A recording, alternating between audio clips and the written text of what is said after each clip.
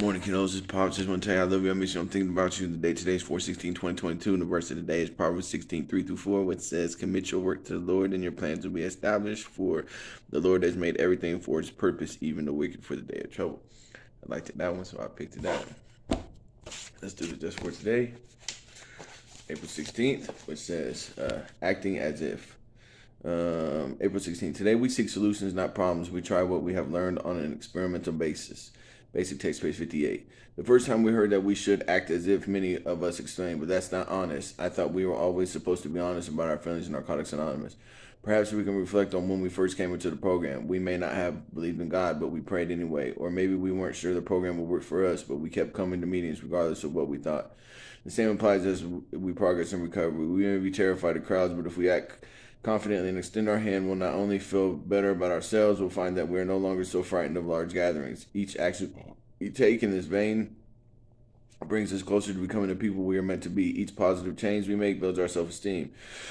Through acting differently, we will realize that we are beginning to think differently. We are living ourselves into the right thinking by acting as if. Just for today, I will take the opportunity to act as if I can accept a situation I used to run from. I like that.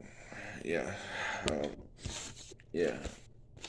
Trying to face my fears, have faith over fear, face the situations I used to run from, deal with my character defects, try to stay true to myself, be honest with myself, never sell myself short. Just be grateful. So let's see.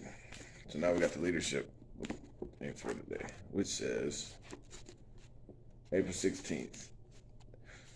This is John 17:4. It says, "I have finished the work which you have given me to do, a life of priorities."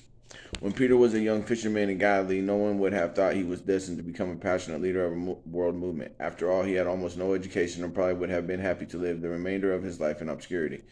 But God had something else in mind, and when Peter met Jesus, his priorities began to change. Like many leaders, Peter had to learn how to put first things first. In fact, Scripture reveals a lot about the inconsistencies of his behavior and his many irrational decisions.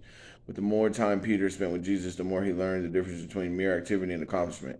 Like Peter, great leaders sift through many things that demand their time, and they discern not only what needs to be done first, but also what doesn't need to be done at all.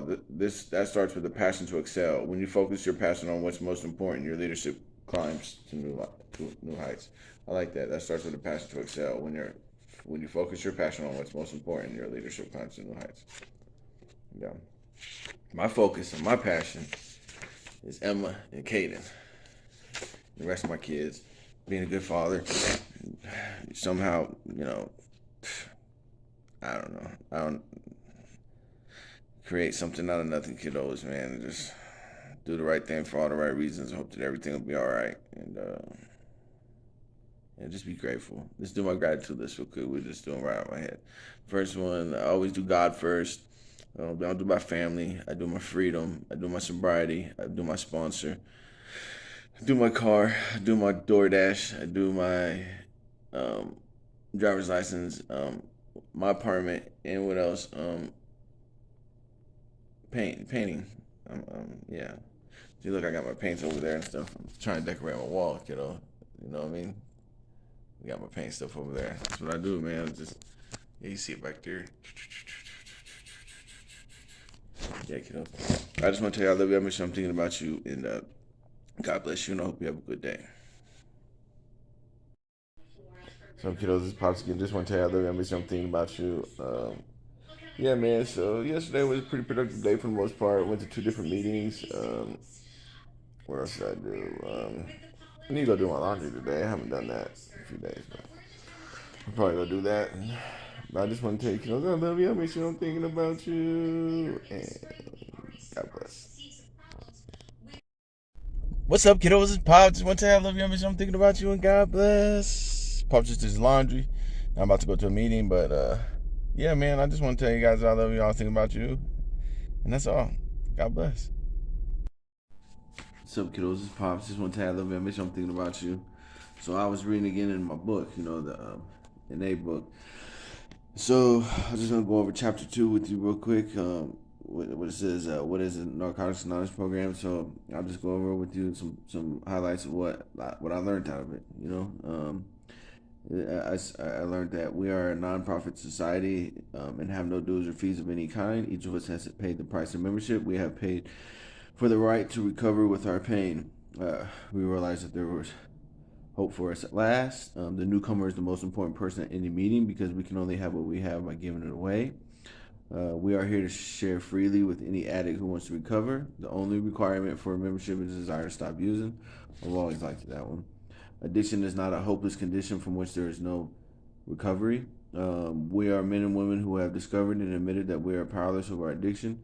When we use, we lose.